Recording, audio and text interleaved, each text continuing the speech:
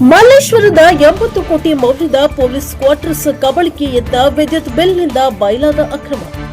Police ಇಲಾಖೆಗೆ ಸೇರಿದ ಕೋಟ್ಯಂತರ ರೂಪಾಯಿ ಮೌಲ್ಯದ ಆಸ್ತಿಯನ್ನ ಖಾಸಗಿ ವ್ಯಕ್ತಿಗಳು ಕಬಳಿಸಲು ಯತ್ನಿಸಿರುವ ಸಂಬಂಧ ಮಲ್ಲೇಶ್ವರ ಪೊಲೀಸ್ ಠಾಣೆಯಲ್ಲಿ ಖಾಸಗಿ ವ್ಯಕ್ತಿಗಳು ಬೆಸ್ಕಾಂ ಪಾಲಿಕೆ ಅಧಿಕಾರಿಗಳ ವಿರುದ್ಧ ಎಫ್ಐಆರ್ ದಾಖಲಿಸಿದ್ದಾರೆ.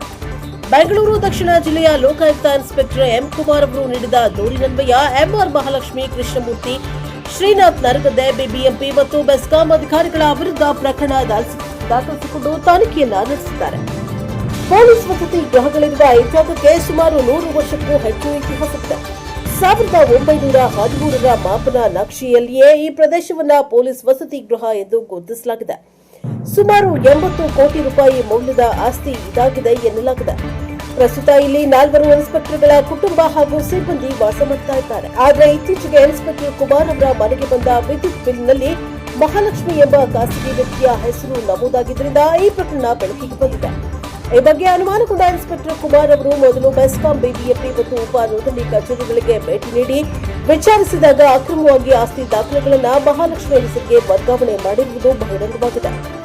ಅಷ್ಟೇ ಅಲ್ಲದೆ ಬಿಬಿಎಂಪಿ ಮೂಲಕ ಅಕ್ರಮವಾಗಿ ಈ ಖಾತ ಮಾಡಿಸಿರುವುದು ಹಾಗೂ ಕೃಷ್ಣಮೂರ್ತಿ ಎಂಬಾತನಿಗೆ ಮಾರಾಟ ಮಾಡಲು ಒಪ್ಪಂದ ಪತ್ರ ಅಂದರೆ ಅಗ್ರಿಮೆಂಟ್ ಆಫ್ ಸೇಲ್ ಕೂಡ ಮಾಡಿರುವುದು ಪತ್ತೆಯಾಗಿದೆ. ಮಾರ್ಚ್ 9ರಂದು ಕೆಲವು ವ್ಯಕ್ತಿಗಳು ಪೊಲೀಸ್ ಕ್ವಾರ್ಟರ್ಸ್ಗೆ ಆಗಮಿಸಿ ಇದು ನಮಗೆ ಸೇರಿದ ಆಸ್ತಿ, ಈ ಕೂಡಲೇ ನೀವು ಜಾಗ ಖಾಲಿ ಮಾಡಬೇಕು, ಯಾರೇ ಅಧಿಕಾರಿಗಳು ವಾಸವಿದ್ರೂ ನಾವು ಬಿಡೋದಿಲ್ಲ ಎಂದು ಪೊಲೀಸ್ ಅಧಿಕಾರಿಗಳ ಕುಟುಂಬದವರಿಗೆ ಬೆದರಿಕೆ ಹಾಕಿದ್ದಾರೆ.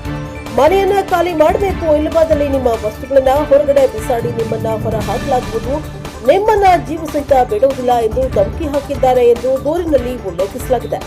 ಈ ಸ್ವತ್ತು ಸರ್ಕಾರದ ಪೊಲೀಸ್ ವಸತಿ ಗೃಹಗಳು ಎಂದು ಗೊತ್ತಿದ್ರೂ ಉದ್ದೇಶ ಪೂರ್ವಕವಾಗಿಯೇ ಎಂಆರ್ ಮಹಾಲಕ್ಷ್ಮಿ ಅವರು ಕೃಷ್ಣಮೂರ್ತಿ, ಶ್ರೀನಾಥ್ ನರಗದ್ದೆ, ಬಿಬಿಎಂಪಿ ಮತ್ತು ಬೆಸ್ಕಾಂ ಅಧಿಕಾರಿಗಳೊಂದಿಗೆ ಶಾಮೀಲಾಗಿ ಮೋಸ ಮಾಡುವ ಉದ್ದೇಶದಿಂದ ಪೊಲೀಸ್ ಇಲಾಖೆಗೆ ಯಾವುದೇ ಮಾಹಿತಿಯನ್ನ ನೀಡದೆ ಪೊಲೀಸ್ ಇಲಾಖೆಗೆ ಸೇರಿದ್ದ ಜಾಗವನ್ನು ಕಬಳಿಸಲು ಯತ್ನಿಸಿದ್ದಾರೆ ಎಂದು ದೂರಿನಲ್ಲಿ ವಿವರಣೆ ನೀಡಿದ್ದಾರೆ.